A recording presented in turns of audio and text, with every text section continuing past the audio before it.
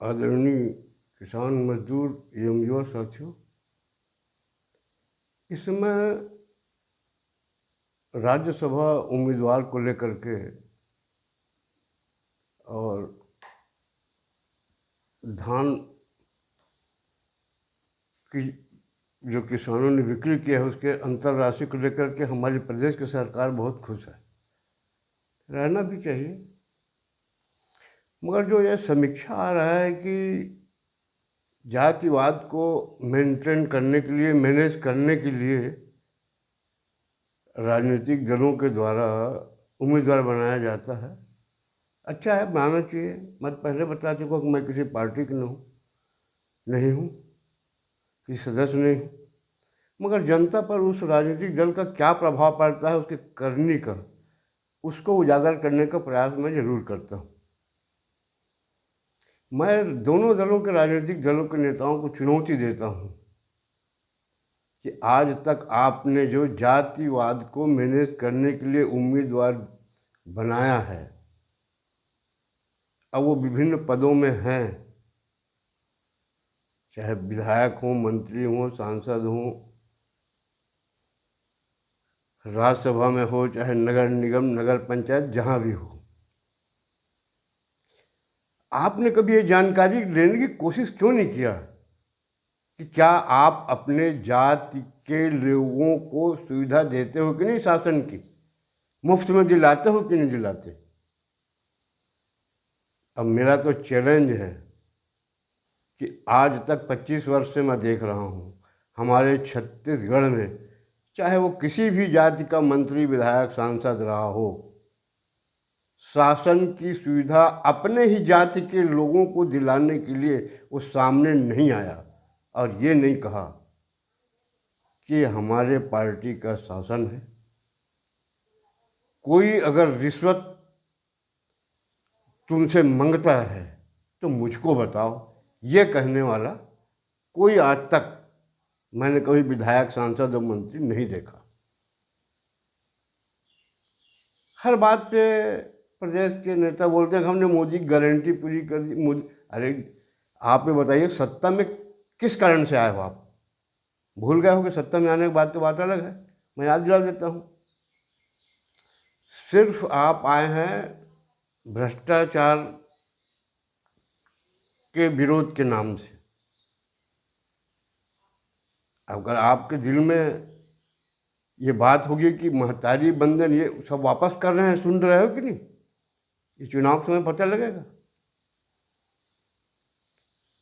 भ्रष्टाचार के कारण आप आए हो कि प्रदेश की जनता ने देखा कि मोदी जब दूसरे दौर में आए प्रचार करने ना, उन्होंने साफ कहा था कि भ्रष्टाचारियों को मैं बर्दाश्त नहीं करूँगा। प्रलोभन में आज आपने जीते हो ना, इसके पहले कांग्रेस जीता था। उदाहरण देख लिया ना, अगर वैसा होता तो कांग्रेस पुनः सत्ता में होता। मगर 2.5 साल हो गए जो आप सत्ता में आए और जिस ढंग से लूट खसोट, अन्याय, अत्याचार, भ्रष्टाचार हो रहा है, ये सभी जाति के लोग पीड़ित हैं। चाहे वो जिसको आप पिछड़ा वर्ग बोलते हो या ST SC बोलते हो, वो खुश नहीं है। सबके साथ आपने इस बार धान खरीदी में एक साथ अन्याय, अत्याचार किया है। अब मोदी की गारंटी आप बताते हो। अब मोदी जी तो आज 2 साल हो गए ना, हर साल बढ़ाते हैं अपना MSP किसानों के धान के लिए। आपने कहा था कि हम 3100 में लेंगे, मगर मोदी जी का जो हर साल वो बढ़ाते आ रहे हैं, आज 206 रुपया होता है, उसको क्यों नहीं जोड़े आप उसमें? तो 3286 रुपया मिलता है किसान को एक क्विंटल में। मोदी जी का मंत्र अब ज़्यादा नहीं चलने वाला है। मोदी जी को लोग पसंद करते हैं, इसका मतलब ये नहीं कि आप जो छल छिद्र कर रहे हो उसको भी आपको कोई पसंद कर लेगा। इसलिए मैं तो ये कहता हूँ कि आप जिस ढंग से उम्मीदवार बनाते हैं बनाते रहिए, हमको उससे आपत्ति नहीं है। लेकिन ये जो जातिवाद की बात करते हो ना, लोग नाखुश हैं।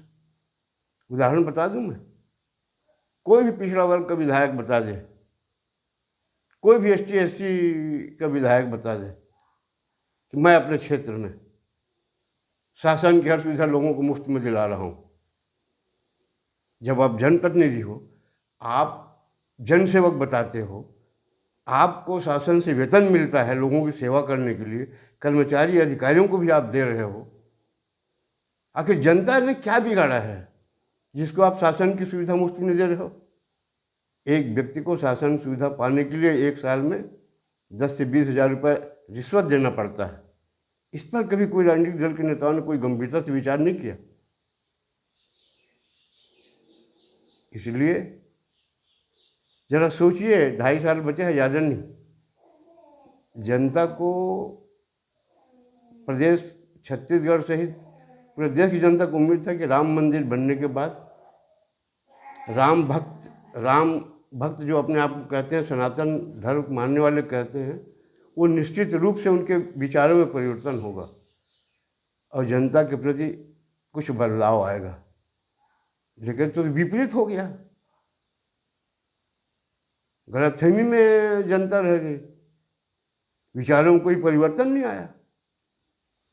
और इस साल धान खरीदी के नाम से किसानों पर और अत्याचार बढ़ दिए। बताते हैं कि जब दीपक बुझने का समय आता है ना, तो भभकता ज़्यादा है। कोई स्थिति आ गई है। खैर, आप लोगों का सत्ता है, राजनीतिक दल हो, आप जान रहे हो कि कौन कैसे में आप जीतोगे, क्योंकि आप लोगों के पास दांव पेच बहुत है। मगर किसानों के पास एक ही चीज़ है कि उसके साथ जो अन्याय अत्याचार करेगा वो कम से कम 5 साल के लिए तो निपट ही जाएगा। आज कोई भी जाति का जो वर्षों से बैठे हैं कुंडली मार के, वो अपने जाति के लोगों को कोई भला नहीं कर रहे हैं। उस जाति का सर्वे करा लो अभी से,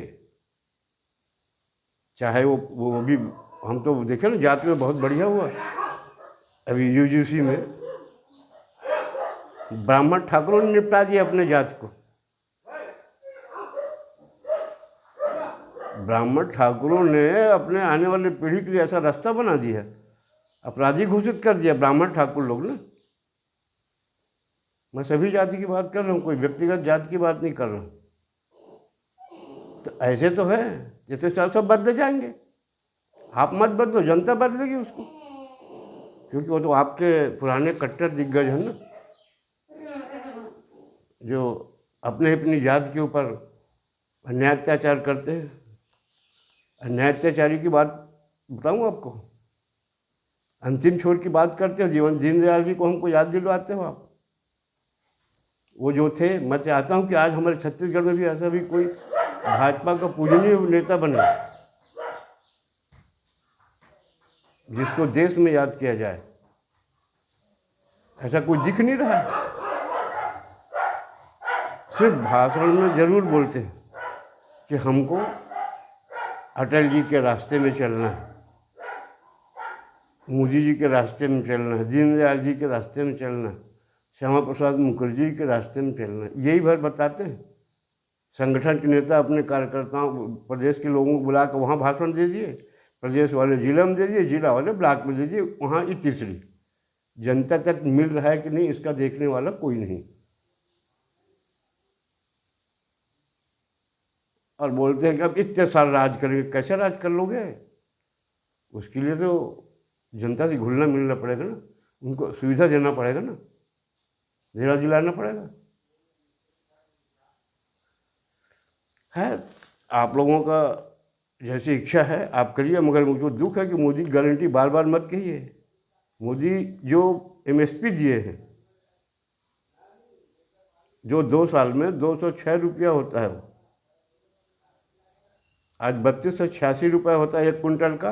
अब किसान भाइयों थोड़ा सा याद कर लो आप, 21 कुंटल 1 एकड़ में लेना है, कितना पैसा सरकार, चाहे कांग्रेस का रहा चाहे भाजपा का रहा, उसको सब ने दबा दिया। ये सोचते हैं किसान नहीं जानता, किसान सब जानती है। वो क्या करें, किसको बताए, कौन सुनेगा? अंत में मैं अपने प्रदेश के